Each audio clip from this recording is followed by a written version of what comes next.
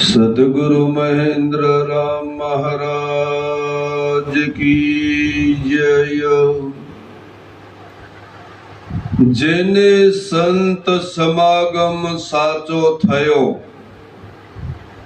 एनो अंतरनो अंधकार गयो।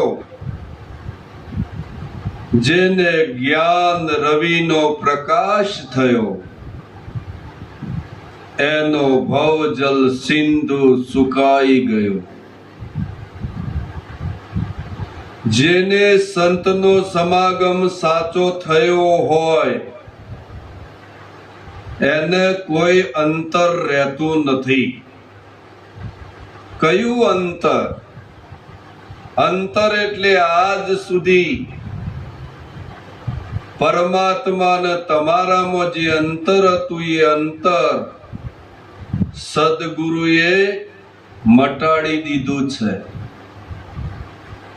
હવે ગુરુ કે ગોવિંદ એક જ રૂપ છે,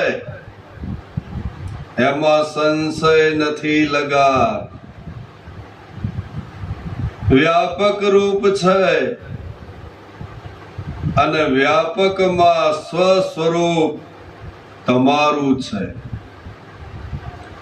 સદગુરુની કૃપા બિન સપને મિલે નહીં સત્સંગ। જો હોય સદગુરુની કૃપા તો ભક્તિમાં આવ રંગ।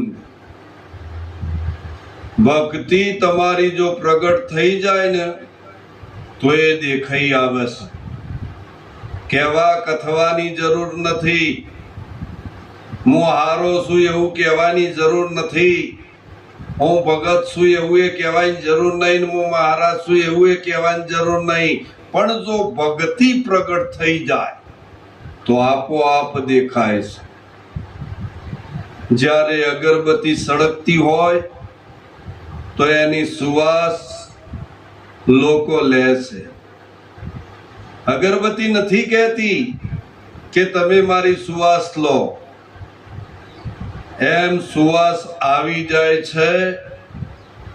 નરસિંહ મહેતાની ભક્તિ પ્રગટ થઈ, આખા વિશ્વ લેવલે એની સુવાસ પહોંચી ગઈ। આ જ્ઞાન સામાન્ય નથી। આ તો જે ઘાયલ હોય એ ઘાયલની ગત જાણે। આમાં જે ઘાયલ થયો હોય એને ખબર પડે, બાકી બીજાનો અહીંયા વિષય નથી। એક વાત ચોક્કસ કહું છું કે આનંદ તમારામાં જ છે। હવે એથી પ્રગટ કરીને તમે આનંદ સ્વરૂપ બનો। ચોય ખોળવાથી તમને આનંદ પ્રાપ્ત નહીં થાય, માટે ક્યોય આગળ પણ તમે આનંદ ખોળવાની કોશિશ કરશો નહીં। આનંદ સ્વરૂપ તમે છો। પણ જ્યારે પોતાના સ્વરૂપને મૂકી અને બીજી દિશાઓ અપનાવો છો એમાં દુઃખ છે। સાહેબ સંત મહાપુરુષો કહે છે કે ભાઈ જે હું કહું છું ને એ દિશામાં ચાલો, પણ આરે અવળો જ ચાલે। કારણ કે હજી એને ભૂખ નહીં લાગી, અને જ્યાં સુધી ભૂખ ના લાગે ને ત્યાં સુધી ખાવાનું એ ના અપાય। આ તો જેને ભૂખ લાગી હોય ને એને અપાય, જેને રસ હોય એને અપાય, જેની જિજ્ઞાસા હોય એને અપાય। બાકી જ્યો ત્યો આ વસ્તુ આપવા જેવી પણ નથી।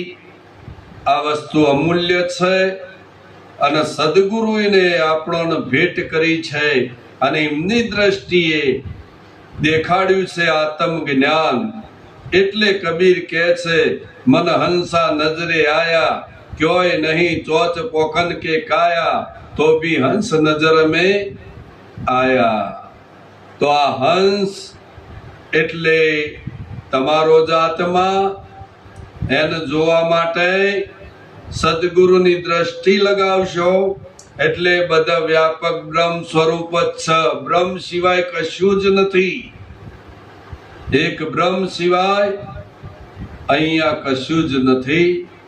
બ્રહ્મ પૂર્ણ અને જ્ઞાને પૂર્ણ, પછી કોઈનો બી બાદ નહીં થાય, પછી બાદ કરવાનું રહેતું નથી.